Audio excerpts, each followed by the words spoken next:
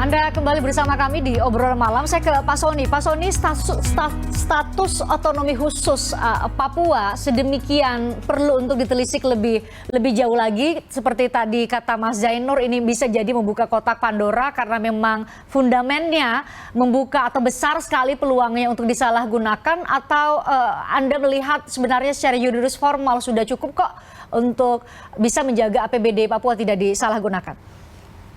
Oke, begini, ada dua hal yang perlu saya sampaikan. Pertama, mengenai Otsus ini, ya ada beberapa provinsi yang disebutkan, ada Jogja, Aceh, Papua Barat, Papua, DKI. Oke, itu dalam rangka pelaksanaan desentralisasi asimetris. Daerah lain adalah desentralisasi simetris, seragam. Nah, kenapa dikatakan khusus dari sisi politik adalah pemberian kepercayaan penuh kepada daerah untuk dapat merespon ya kebutuhan-kebutuhan spesifik daerah. Jadi pemerintah pusat memberikan kepercayaan penuh kepada daerah ya untuk penggunaan dan pemanfaatannya ya dalam rangka merespon kebutuhan khusus. Ada ruang yang cukup leluasa untuk penggunaan ini dengan beberapa ketentuan. Itu satu sisi ya dibanding daerah lain. Namun harus disadari sepenuhnya, walaupun sifatnya perlakuan khusus tidak berarti seenaknya ya. Dari segi akuntabilitas keuangan negara sama standar nasional. Tetap diberlakukan 1 sen pun keuangan negara yang digunakan harus dapat dipertanggungjawabkan. Dalam konteks itu ya standar nasional. Sekarang pertanyaannya sudah barang tentu, apakah mengapa demikian luasa, lalu apakah kemudian bisa sangat digunakan penyelewengan dan sebagainya. Saya juga tidak masuk akal. Setiap tahun itu ada pemeriksaan inspektorat daerah. Ada pemeriksaan dari BPKP yang fungsinya lebih pembinaan dari segi audit. Ada BPK. Harusnya kalau ketahuan ada kasus-kasus korupsi dana otsus, harusnya setiap tahun sudah diketahui dari laporan hasil pemeriksaan BPK. Nah ini kok di ujung baru ketahuan semuanya, lalu pekerjaannya BPK ngapain? Kira-kira gitu. Pertanyaan yang sangat menelisik. Saya kira tidak sepenuhnya Pak Lukas NMB juga salah dalam konteks ini, karena sistem pengawasan dana otsus itu sangat lemah sampai hari ini. Sehingga kemungkinan terjadi penyelewengan tidak hanya di tingkat provinsi, bisa juga di kabupaten kota. Hanya karena otsus Papua itu konsentrasinya di provinsi, di mana 20%, kalau di Papua dulu 80% di provinsi, 20% ke bawah, sekarang dibalik 20% di provinsi, 80% ke bawah, sehingga kemungkinan terjadi di kabupaten kota bisa saja terjadi akibat sistem pengawasan yang lemah. Demikian. Baik. Saya ke Mas Kurniawan. Mas Kurniawan, kalau kita dengarkan penjelasan Pak Sony, secara fundament berarti kan memang lemah pengawasan terhadap penggunaan uang negara di Papua. Itu secara fundament, secara sistem. Apakah ini jadi yang dimaksud dengan apa yang Anda katakan tadi, bahwa bisa jadi ada sandiwara di balik kasus ini? Bisa terjawabkah dengan bahwa memang lemah sistem pengawasan keuangan, penggunaan keuangan negara di Papua? Atau ini dua hal yang berbeda? Ya, ini dua hal yang berbeda, Mbak. Kalau soal pengawasan keuangan, administrasi pemerintahan, segala macam, itu memang celah-celah untuk terjadi proses negosiasi antara aparat di daerah dengan di Jakarta, segala macam, termasuk juga kalau terjadi ada oknum aparat penegak hukum misalnya, itu bisa saja terjadi. Tetapi yang saya maksudkan sandiwara ini adalah sandiwara di tingkat perkara pidananya. Kita masih ingat dulu kasus Kardus Durian. Nah dulu orang sudah ngomong supaya si orang yang dituduh, Muhaimin waktu itu dituduh sebagai orang yang mendapatkan uang itu untuk juga diperiksa dan kalau memang dia tidak terbukti SP3. Tapi kemudian waktu itu digantung sampai beberapa periode pimpinan KPK. Terakhir kemudian tiba-tiba Pak Firly ngomong kita akan membuka kasus Durian. Nah ini yang saya maksud. Jadi kalau memang kita mau bicara murni penegakan hukum, ini ada kasus penyuapan. Apakah murni penyuapan proyek infrastruktur atau ada hal yang lain? Ayo dibuka terang-terangnya. Kemudian kalau memang ada saksi dan bukti yang mengatakan bahwa ada perkara lain, ya langsung dikembangkan saat itu juga. Tidak kemudian digantung-gantung yang kemudian jadi hanya untuk konsumsi drama di persidangan gitu loh, Mbak. Itu maksud saya seperti itu. Dugaan Maki sendiri untuk konsumsi persidangan tadi satu, drama di persidangan, atau menurut Anda tadi Anda menyebut ini apakah tidak hanya sebagai kasus hukum murni, berarti ada faktor-faktor lain atau unsur-unsur lain menurut Anda? Misalnya? Ya, kemungkinan kan berapa waktu lalu sempat muncul isu misalnya ada Pak Firly dicalonkan menjadi capres misalnya. Nah, apakah ada kaitan dengan seperti itu? Kemudian juga ada soal pilkada misalnya. Apakah memang KPK mau bermain politik di sini? Nah, itu yang menurut kami itu perlu dikelirkan oleh KPK sendiri. Jangan sampai kemudian ini menjadi bola liar yang nggak jelas, yang kemudian akhirnya seperti ya sama lah ungkapan-ungkapan sebelumnya, ketika terjadi suap menyuap dan ketangkep KPK ya itu hanya karena apes saja. Jadi bukan bicara soal penegakan hukum. Kalau kita bicara murni penegakan hukum, ya udah selesaikan sejelas-jelasnya, seterang-terangnya, siapapun yang terlibat langsung segera dipercepat prosesnya jika memang mau dikembangkan, tidak ditunda-tunda. Dan kemudian membuka ruang terjadi penyelesaian di lorong gelap. Nah, kami sudah berusaha untuk mengundang perwakilan dari KPK, tapi belum berkesempatan atau belum bersedia, belum cocok waktunya untuk hadir di obrolan malam kali ini. Maksud Anda, saya ingin meng-highlight tadi, maksud Anda Pak Kurniawan adalah paralel dengan proses penyelidikan sekarang ya, penyelidikan dan penyidikan, dan mungkin nanti masuk ke tahapan penuntutan. KPK juga perlu untuk menjelaskan kepada publik spekulasi-spekulasi yang sempat beredar di awal-awal kasus ini mengemuka. Saya ke Pak Stefanus. Pak Stefanus, kita tahu dan kita ikuti, publik juga tentu masih ingat, itu dugaan tadi yang seperti disampaikan oleh Pak Kurniawan adalah dugaan juga yang sempat disampaikan oleh tim pengacara. Mungkin salah satunya Anda, bahwa ini tidak hanya hukum murni tapi ada faktor lain, dugaannya adalah soal politik, motif politik.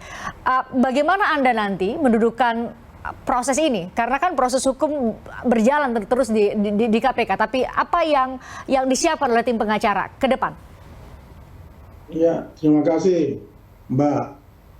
Saya mau menjelaskan bahwa perkara ini terkait dengan dana APBD Provinsi Papua, bukan dana Otsus, sehingga jangan digiring terlalu jauh bicara Otsus, karena penetapan tersangka Pak Lukas itu berkaitan dengan dana APBD Provinsi Papua proyek jalan. Sehingga jangan juga forum malam ini menggiring tentang yang berkaitan dengan dana Otsus. Tidak ada kaitannya dana Otsus. Ini dana APBD Provinsi Papua tahun anggaran 2019, 2020, 2021. Oke, Pak Stefanus, sebelum Anda lanjut saya harus menjelaskan itu. Tadi saya menggunakan ini membuka kotak Pandora dan berdasar atas apa yang disampaikan Mas Jainur ya. Mas Jainur bilang bahwa memang secara sistem itu bisa jadi perlu dilakukan penelusuran lebih dalam untuk penggunaan anggaran, termasuk otonomi khusus. Itu konteksnya ya. Saya tidak mengaitkan, sebentar Pak Stefanus, saya tidak mengaitkan antara kasus Pak Lukas dengan penggunaan dana otonomi khusus. Clear sekali dugaannya adalah mengenai penyalahgunaan APBD. Oke, silakan dilanjutkan Pak. Bicara tentang delik gratifikasi, bukan delik kerugian negara. Karena gratifikasi berkaitan dengan suap. Supaya juga jangan terlalu kotak Pandora, tapi kita harus mulai dengan, kalau bicara fakta hukum itu, supaya tidak terkesan ini politisasi dan kriminalisasi, kita mulai dari penyidikan KPK. Fakta apa yang ditemukan itu yang kita diskusikan. Kalau kita bicara kotak Pandora, itu yang saya bilang politisasi nanti, kriminalisasi nanti. Kita ini faktanya ternyata KPK sudah menyidik perkara ini. Tadi sudah dijelaskan Pak Firly, ya dalam proyek untuk satu perusahaan tertentu swasta. Nah, kita mulai dari situ Mbak diskusinya. Kalau terlalu jauh, nanti kita ini bangun opini. Kalau bangun opini itu tidak bagus nanti. Ini perkara hukum. Kalau bicara perkara hukum, kita bicara mulai dari fakta hukum. Ya, Pak Stefanus, perlu saya jelaskan, tidak ada yang menggiring opini. Malam ini obrolan malam memilih topik ini, satu kepentingannya dari awal saya sampaikan. Kami ingin penyelenggaraan pemerintahan daerah di Papua itu tetap berjalan baik. Makanya ada Pak Sony di sini, ada Mas Jainur di sini, termasuk juga dari Maki, Pak Stefanus. Jadi tidak ada penggiringan opini. Sekali lagi tidak ada penggiringan opini soal itu, Pak Stefanus. Dalam perkara ini tidak ada dana otsus. Makanya kalau kalian singgung dana otsus, itu jadi problem nanti. Jadi problem tadi clear betul kok. Mas Jainur menjelaskan konteksnya adalah ini membuka kotak Pandora. Bisa diputar lagi, pemirsa bisa nonton lagi di Berita Satu di YouTube bahwa kami tidak membahas mengenai kasus Pak Lukas ini mengenai otonomi khusus. Kita kembali lagi ke kasus itu. Kalau ini bicara korupsi, harus ada temuan BPK. Ya. Baru kita mulai dari situ. Oke, sekarang Anda punya kesempatan, Pak Stefanus. Bagaimana kamu menyidik korupsi? Apalagi menyangkut kerugian negara. Ya, Pak Stefanus, sekarang Anda punya waktu untuk menjelaskan konstruksi hukum kasus ini dari versi Anda. Oke, tadi sebut ya, bahwa tidak ada kerugian negara karena kaitannya dengan suap, gratifikasi. Ini adalah pemberian dari pihak tertentu kepada pejabat tertentu, dalam hal ini adalah klien Anda. Lanjut, silakan dijelaskan. Sekarang saya jelaskan. Posisi kami sekarang. Satu, kami penasihat hukum belum pernah mendampingi Pak Gubernur berkaitan dengan pemeriksaan di tingkat penyidikan terhadap perkara ini. Karena? Karena waktu di Koya, di rumah Pak Gub, posisi Pak Gub sedang sakit dan oleh karena itu pemeriksaan dihentikan. Sehingga kami lagi tunggu kalau Pak Gub diperiksa baru kita bisa tahu fakta apa yang dituduhkan terhadap Pak Gubernur, supaya konform, kan begitu. Kami tidak mau membicarakan hal-hal yang berkaitan dengan pernyataan pers, karena kita belum lihat apa yang terjadi di dalam penyidikan itu. Oke, Pak Stefanus, secara hukum seseorang ditetapkan sebagai tersangka karena sudah memenuhi 2 alat bukti.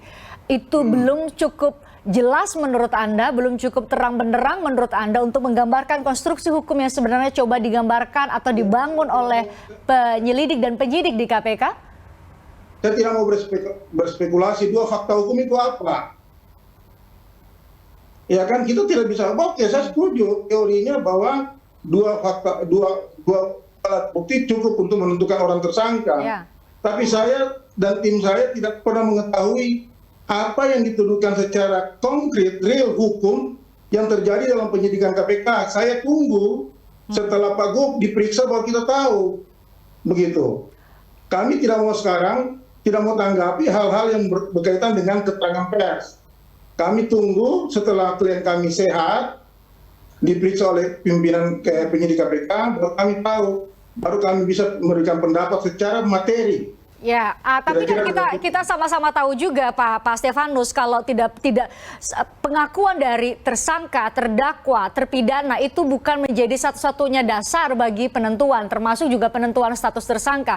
Kan ada keterangan saksi, kan ada keterangan atau alat-alat bukti lain, termasuk bukti petunjuk. Itu belum Anda dapatkan sama sekali?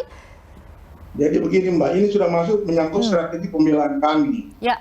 Kami tidak mau memberikan penjelasan yang berkaitan dengan ini karena kita juga belum tahu, kami juga belum tahu apa yang sedang disidik oleh KPK dan perkembangan terbaru apa, karena kalau banyak saksi yang diperiksa.